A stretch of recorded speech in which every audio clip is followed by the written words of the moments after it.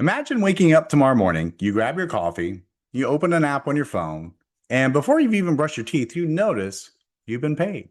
Not because you worked, but because you own assets that are working for you while you sleep.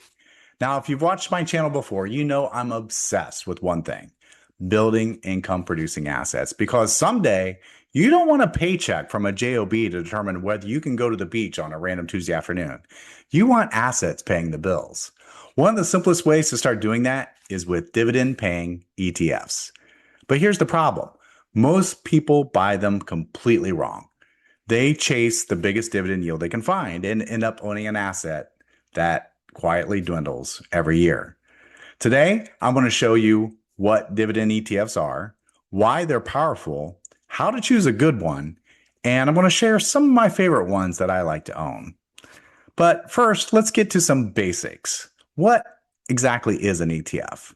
ETF stands for Exchange Traded Fund. Instead of owning one company, an ETF owns dozens, sometimes hundreds of companies. Think of it like a fantasy football team. Would you rather rely on one player or have an entire team because you don't know what players are going to score points for you that week? That's exactly what an ETF does. You instantly own a portfolio of many companies that generates income from many different businesses. If one company has a bad year, the others help keep things moving. You can buy an ETF the same way you can buy an individual stock. Each ETF has a ticker symbol, it has a share price, just like a stock. So you can buy shares of the ETF directly from a broker. But not all ETFs pay dividends. Many do. In fact, some are required to pay all their profits to the owners. Many ETFs pay dividends or do cash disbursements to the people who own them. Sometimes those payments are quarterly, sometimes monthly, or sometimes weekly, depending on the ETF. So, why do I love dividend paying ETFs? Because they produce cash flow. Money shows up whether you're working or not. And that's the entire mission of our channel here at Income Automation. Build assets so eventually your money earns more money than your job does. Also, ETFs have instant diversification.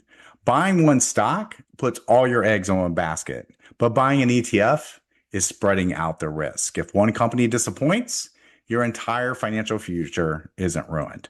Just be aware that not all ETFs are diversified. Some are based on a single company or asset, so know the makeup of the ETF before you purchase it.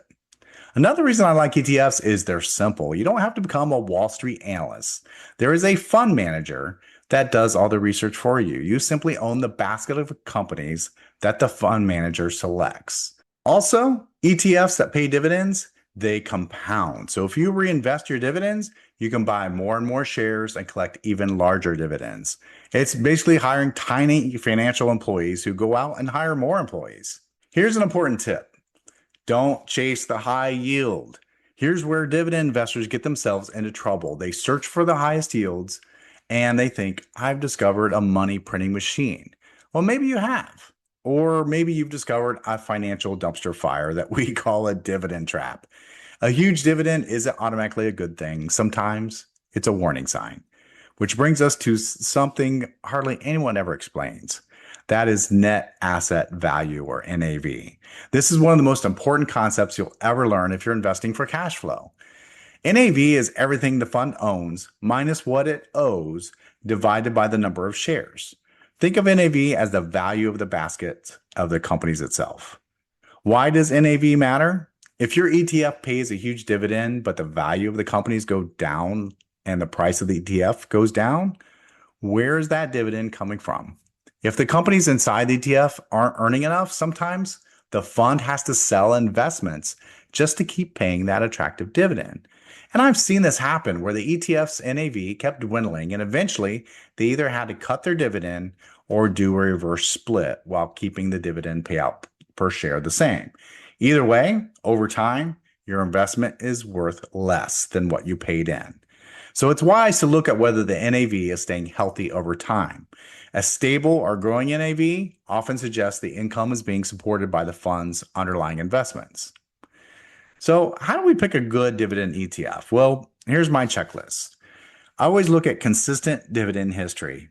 Look for steady payments, and you get bonus points if the dividend even grows over time. Also, it needs a healthy net asset value. We just talked about this. Look at the long-term trend. Is the fund maintaining its value or slowly eroding in value? Look at the expense ratio. Lower fees means that more money stays in your pocket. But remember, Wall Street always gets paid, but try not to volunteer some extra tips. Also, look at diversification. Hundreds of quality companies generally reduce risk compared to only a handful.